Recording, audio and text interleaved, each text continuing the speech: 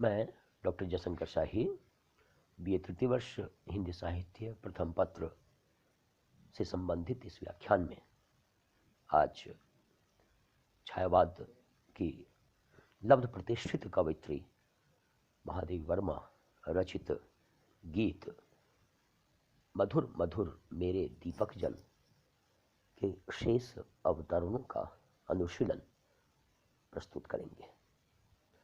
अब तक के व्याख्यानों से हमने यह जाना कि महादेवी ने इस गीत में दीपक को एक सिंबल के रूप में, एक मेटाफर के रूप में, एक प्रतीक के रूप में, एक रूपक के रूप में प्रयोग किया है।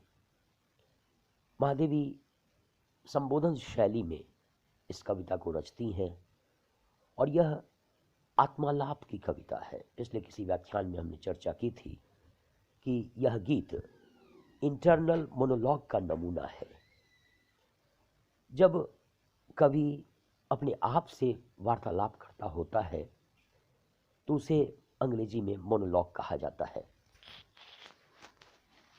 यहाँ कवित्री दीपक को अहर्निश प्रतिक्षण प्रतिपल प्रज्वलित होते रहने का संबोधन करती हैं। मधुर मधुर पुलक पुलक सिहर सिहर विहस विहस बिखर बिखर कर निरंतर प्रज्वलित रहने के लिए महादेवी संकेतित संबोधित करती हैं दीपक को। अगला जो अवतरण है उसका हम वाचन करेंगे और फिर इसके भावार्थ के विभिन्न पहलुओं पर हम चर्चा करेंगे। द्रुम के अंग हरित कोमलतम ज्वाला को करते हृदयंगम, वसुधा के जड़ अंतर में भी बंदी है तापों की हलचल, बिखर बिखर मेरे दीपक जल। हलचल दीपक जल तुक की योजना है, राइम स्कीम है। कोमलतम हृदयंगम में भी तुक की योजना है। शब्द मसृण है। तत्सम शब्दों का प्रयोग कवित्री ने किया है, जैसे कि द्रुम, हरित, हृदयंगम, कोमलतम, वसुधा, दीपक आदि शब्द संस्कृत के शब्द हैं। तो तत्सम शब्दों की बहुलता महादेवी की रचना में पाई जाती है। भावार्थ देखें, महादेवी कहती हैं कि द्रुम के अंग हरित कोमलतम, ये समस्त जो पेड़ पौधे हैं, वृक्ष लताएं हैं, जो हरे भरे हैं, इनके अंग हरित हैं, हरियाली से युक्त हैं और कोमल हैं, लेकिन उनके हृदय में वे सारे के सारे जो पादप हैं, जो वृक्ष लताएं हैं, वे अपने हृदय में ज्वाला को समाहित करते हैं, प्रज्वलन को हृदयंगम करते हैं।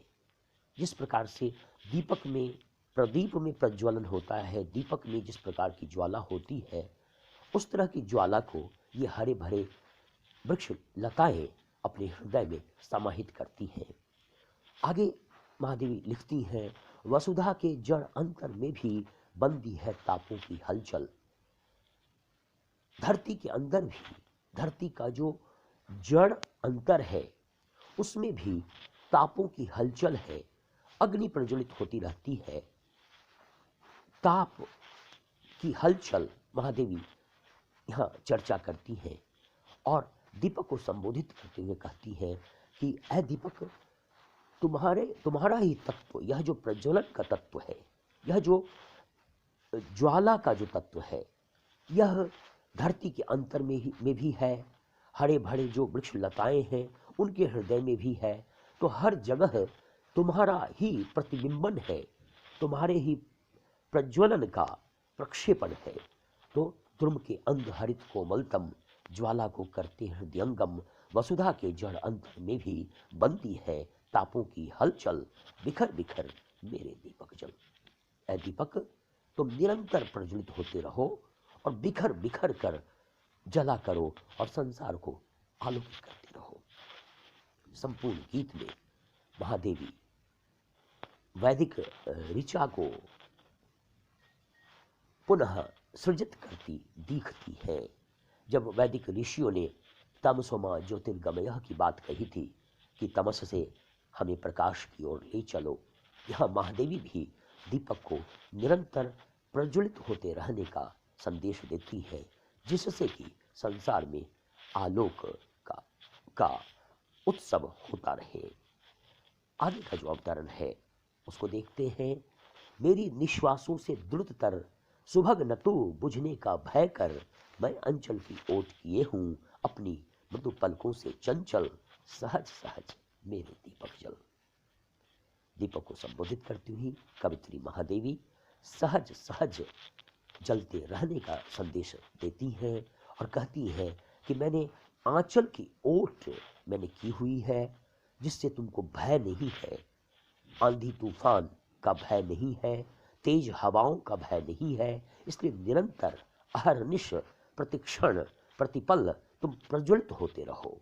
मेरी निश्वासों से द्रुततर सुभग न तो बुझने का भय कर। मेरी जो निश्वास है, मेरे जो उच्छ्वास हैं, जो हवाएं चलती हैं, उससे ऐ दीपक तुमको बुझने का भय नहीं होना चाहिए, क्योंकि मैंने आंचल की ओट की हुई है तुम्हें सुरक्षित रखने के लिए। मेरी निश्वासों से द्रुततर सुभग न तो बुझने का भय कर, मैं अंचल की ओट किए हूँ अपनी मृदु पलकों से चंचल, सहज सहज मेरे दीपक जल। संबोधन शैली आत्मीय आत्मालाप, जिसे अंग्रेजी में मोनोलॉग कहा गया। कवित्री की आत्मीयता यहाँ झलकती है। अपने मन से संवाद करती हुई कवित्री और दीपक के रूपक के माध्यम से कवित्री ने यहाँ आलोक का, उजाला का, ज्योति का, प्रकाश का संदेश सुनाया है। यह जो गीत है, इस गीत का जो केंद्रीय भाव है वह यही है कि जब अंग्रेजी साहित्य में कहा गया let there be light and there was light, चारों ओर प्रकाश हो गया, चारों ओर यत्र तत्र सर्वत्र इल्यूमिनेशन हो गया। ठीक उसी प्रकार से महादेवी इस अपने दीपक को संबोधित करती हुई उद्बोधित करती है, आह्वान करती है कि तुम प्रतिक्षण प्रतिपल प्रज्वलित होते रहो, जिससे कि संसार आलोकित होता रहे। आज इस वक्तव्य के साथ ही मैं अपनी वाणी को विराम देता हूँ।